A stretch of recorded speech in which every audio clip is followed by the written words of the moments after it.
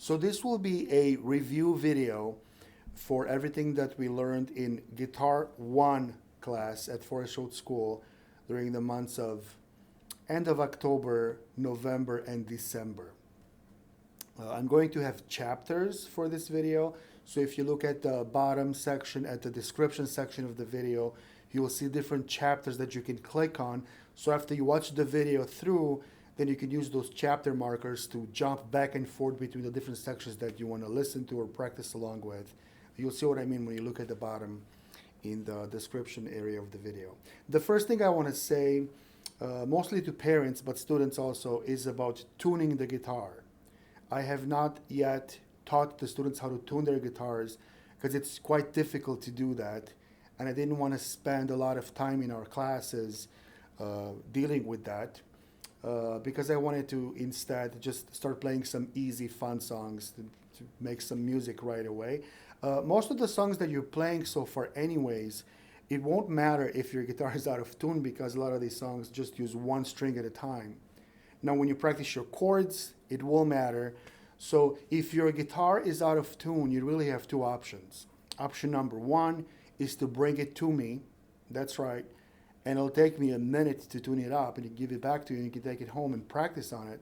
You can do that as often as you want. It's not a big deal. So that's one option. The second option is to find somebody in your family that knows how to tune a guitar, maybe a parent or grandparent or older sibling, and have them do it for you. I will teach students how to tune their guitars when we come back in January, but at this time I didn't want to take the time to do that. So that's tuning. Now the first thing we practice every time we have guitar class is a right hand warm up. And this is on all open strings, nothing happening here. So you can keep your hand here or on your lap or wherever you want. Basically this we'll play each string 4 times with a downstroke of the pick. Okay, and here's how we hold the pick. That's one way to hold the pick. Okay, you want a little bit sticking out. See a little bit of that sticking out. And here is our right hand warm up 4 times on each string. So go ahead and start by resting your pick on the first string at the bottom. 1, 2, 3, 4. Second string. Third string, 4th string, 5th string, 6th string, then go back to 5th string, 4th, 3rd, 2nd, 1st. Make sure you don't go too fast when you play this, and make sure you play with a steady beat. I already explained what it means. You want to go with the same speed. Don't rush, don't drag. It's the same steady beat. Let's do that one more time. And of course, you can pause the video and go back to the beginning of this chapter and practice with it as many times as you want. So rest your pick on the first string at the bottom, and we're going to go with a downstroke 4 times per string. Slow and steady. 1, 2, 3, 4.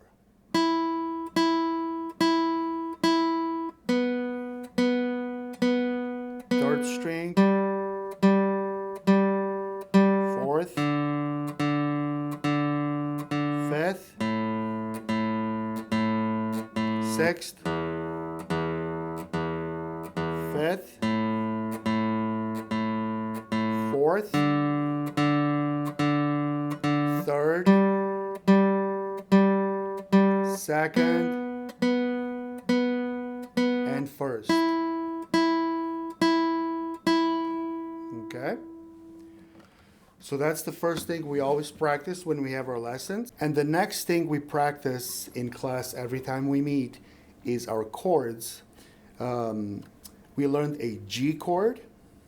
Now a chord happens when we play 2 or more notes at the same time. So we're going to be strumming for these chords 4 strings. So look, I take my pick and I go from the 4th string, so I go 1, 2, 3, 4, down. That's called strumming. Okay, so the first chord that we learned is a G or a G major. We just call it a G chord. Your 3rd finger, 1, 2, 3, your ring finger, on the 1st string at the bottom in the 3rd fret, 1, 2, 3. And you wanna, let me show you from this angle.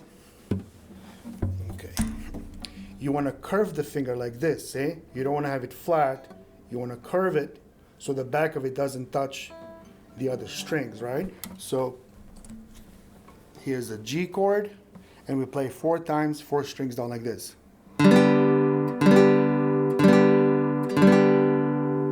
Go ahead and try and find your G chord. I hope that makes sense on the camera, on your screen.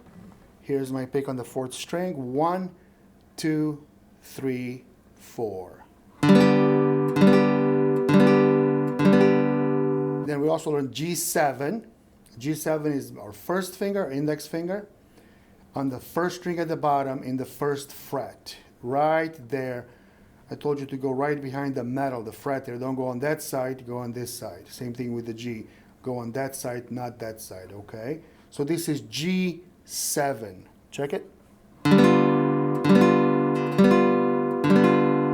Again, 1st finger on the 1st string, 1st fret, and 4 strings over here. So we had G, G7, and the 3rd chord we kind of learned is an E minor. Let me hold the guitar this way to remind you about the angle of the finger, see? You want to have curved fingers like this, not flat. You want to curve them.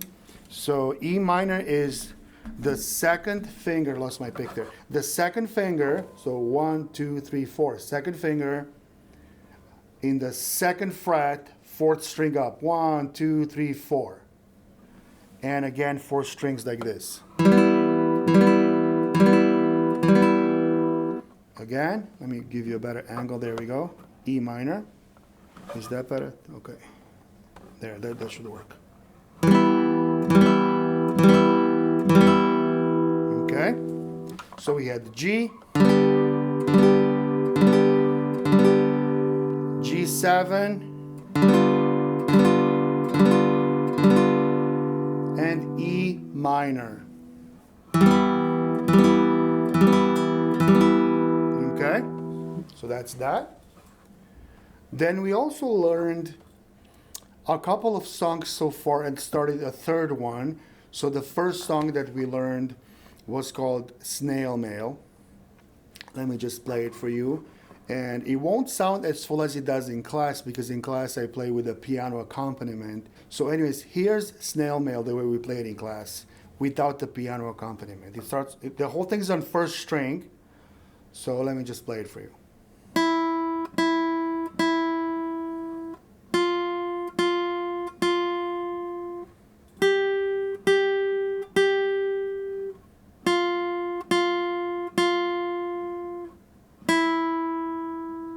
Second line, it's the same thing really.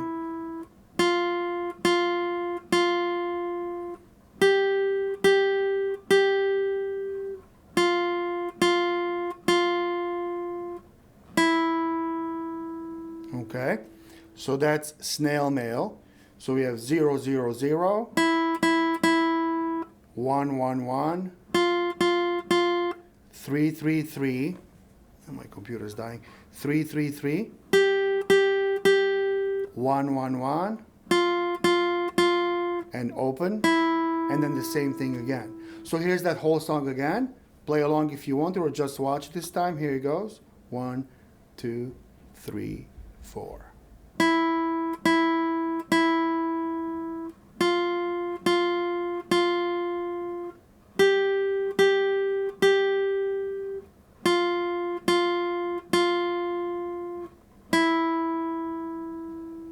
Again.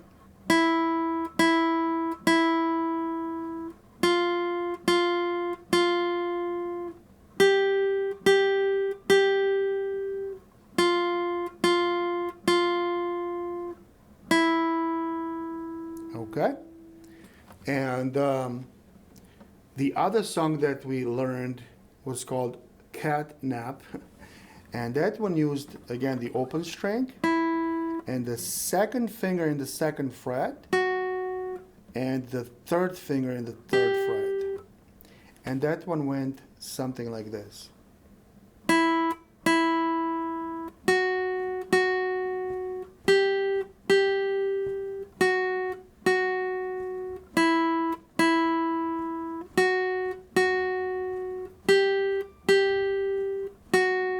Third line.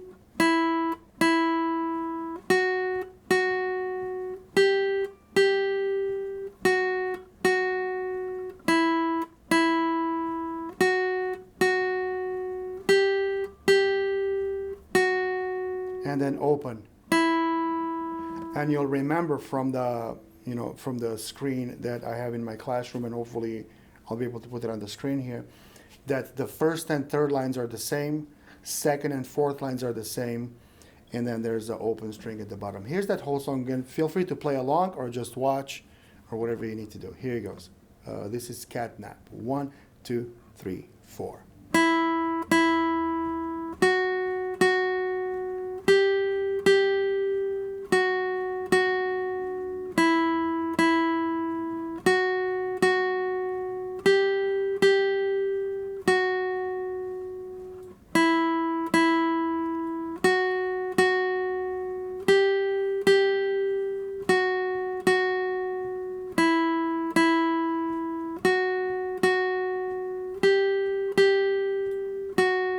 And open. All right, so if you need to practice that one line at a time, that's fine. Maybe 2 lines at a time, but you will notice that the lines are quite similar. So once you notice the pattern, it's quite easy to figure things out. So that is the material that we covered in the last 4 weeks or so, and then through December. You have your right hand warm up, you have your 3 chords, G, G7, E minor, and then you have your Snail Mail song and Cat Nap song. We also started learning Jingle Bells, and that one is quite difficult to play for somebody in level 1, but you know what, you take it as a challenge. So let me play the first, I'll play this one line at a time for you, and get what you can out of it. I'll help you in class as well. Get as much as you can and just take it as a challenge, meaning if you get only some parts of it, that's okay. If you get most of it, that's even better. If you get all of it, that's awesome. But just do what you can. Take it as a challenge, okay? Here's the first line.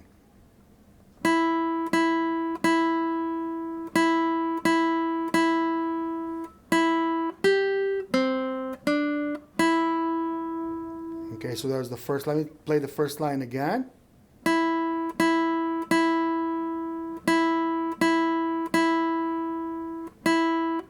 Second string, back to first string. Here's the second line.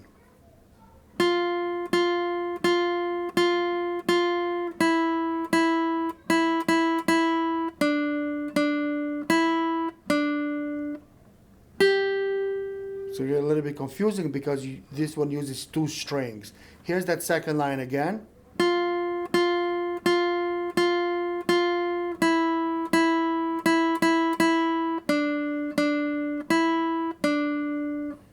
The third line is exactly the same as the first one.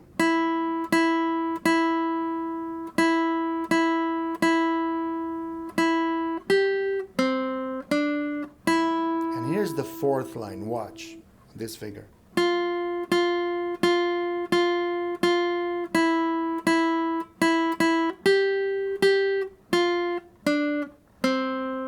Watch that fourth line again. Here.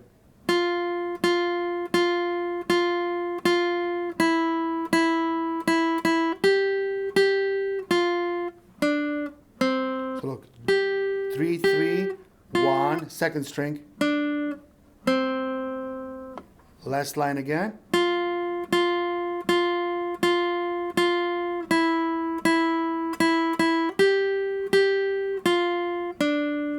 Here's the whole thing. Line 1.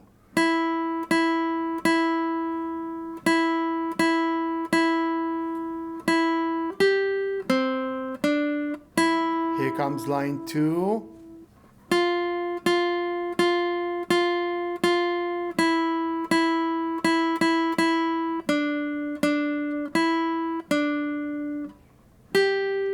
Line 3, first string.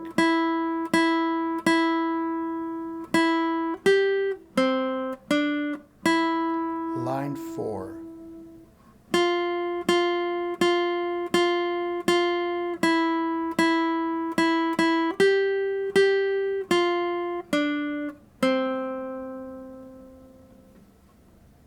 So I hope this is at least somewhat helpful.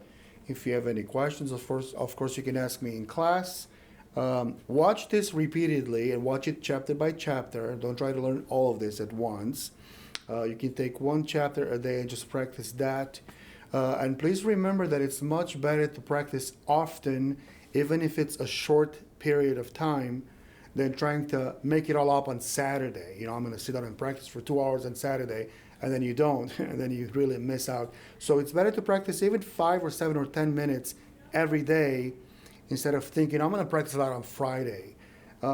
It's possible you will, it's possible you won't. So just to make sure, practice a little bit every day, and that should get you going really well. Thanks for watching. See you in class.